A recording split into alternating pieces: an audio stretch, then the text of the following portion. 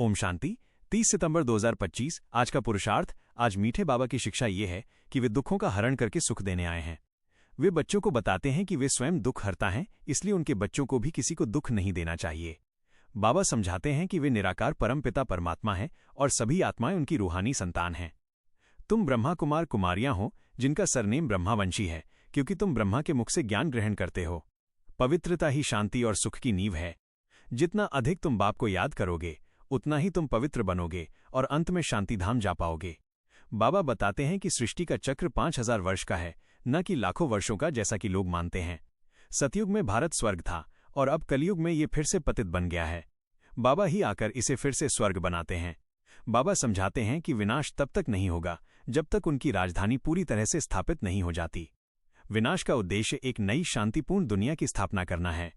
बाबा बताते हैं कि तुम गुप्त रूप से ज्ञान की लड़ाई लड़ रहे हो, जो तुम्हें स्वर्ग का रास्ता दिखाती है। बाहरी युद्धों में मरने से कोई स्वर्ग नहीं जाता, लेकिन अगर वे बाबा को याद करते हैं तो उन्हें मुक्ति या जीवन मुक्ति मिल सकती है। पुरुषार्थ क्या करें और क्या नहीं करें। बाबा ने ऊंच पद पाने और सफल होने के लिए कुछ विशेष नियम और दिशा निर्देश दिए हैं। सफल पुरुषार्थ के लिए क्या करना चाहिए? श्रीमत पर चलना। हमेशा बाबा की श्रीमत पर चलो। इसी से तुम्हें ऊंच पद की प्राप्ति होगी और तुम कभी भी घाटे में नहीं रहोगे। याद और पढ़ाई। अपने आप को आत्मा समझकर परमपिता परमात्मा बाबा को याद करो। बाबा ब्रह्मा के मुख से जो मुरली और ज्ञान देते हैं उसे पढ़ो और समझो। ये पढ़ाई ही तुम्हें राजाई दिलाएगी। रहस्यमयी जीवन।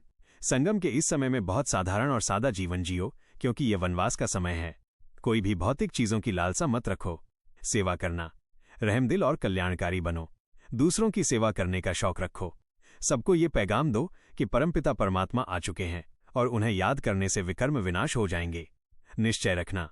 तुम्हें ये पक्का निश्चय रखना चाहिए कि तुम्हारी राजधानी जरूर स्थापित होगी। ये निश्चय ही तुम्हें सभी विघ्नों और तूफानों से बचाएगा। संतुष्ट रहना। स्वयं और दूसरों से संतुष्ट रहो। यही संतुष्टता तुम्हारी सेवा में सफलता दिलाएगी। संतुष्ट मणि बनना ही सेवा में सफलता का आधार है। घट लाभ देखना। अपने पुरुषार्थ में हमेशा ये देखो कि तुम अपनी तकदीर का घाटा तो नहीं डाल रहे हो। सफल पुरुषार्थ के लिए क्या नहीं करना चाहिए? दुख देना। कभी भी किसी को दुख मत दो। तुम बाबा के बच्चे हो जो दुखों का हरण करते हैं, इसलिए तुम्हें भी दुख हरना है, न कि देना।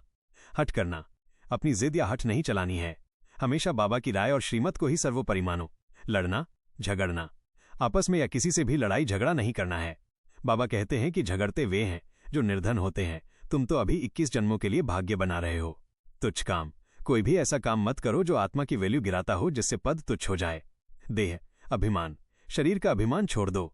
तुम आत्मा हो, न कि ये शरीर। देह अभिमान से ही तुम तुच्छ काम करोगे और घाटे में जाओगे। समय गंवाना।